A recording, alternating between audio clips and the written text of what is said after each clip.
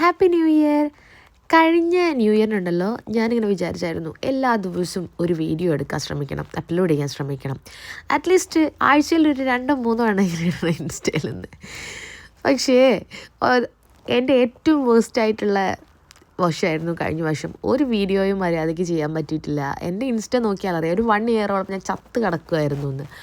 അതുകൊണ്ട് തന്നെ ഫോളോവേഴ്സ് ചോദിച്ചാൽ ഏകദേശം അവരവിടെയൊക്കെ തന്നെ ഉണ്ട്. പക്ഷേ എൻ്റെ വ്യൂസും ബാക്കിയുള്ള കാര്യങ്ങളും എല്ലാം അങ്ങ് താഴ്ന്നു പോയി.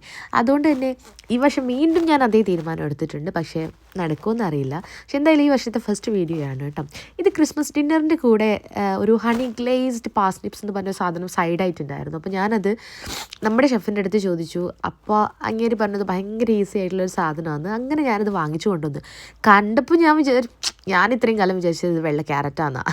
ഇതിന് പാസ്നിപ്സ് എന്നൊക്കെ പറഞ്ഞിട്ട് ഇങ്ങനെ ഒരു പേരുണ്ടെന്നുള്ളത് ഞാൻ അറിഞ്ഞിട്ടുണ്ടായിരുന്നില്ല.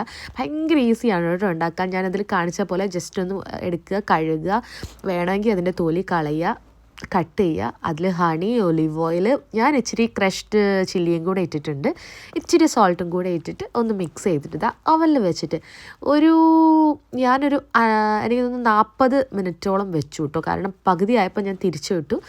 എന്നിട്ട് ഇത് തിരിച്ച് കിട്ടിയ കോലമാണിത്. ഇത് കഴിച്ച് നോക്കിയപ്പോൾ നല്ല അടിപൊളിയാണ് കേട്ടോ, നല്ല ടേസ്റ്റ് ഉണ്ട്. അപ്പോൾ എല്ലാവരും ഒന്ന് ട്രൈ ചെയ്ത് നോക്കുക.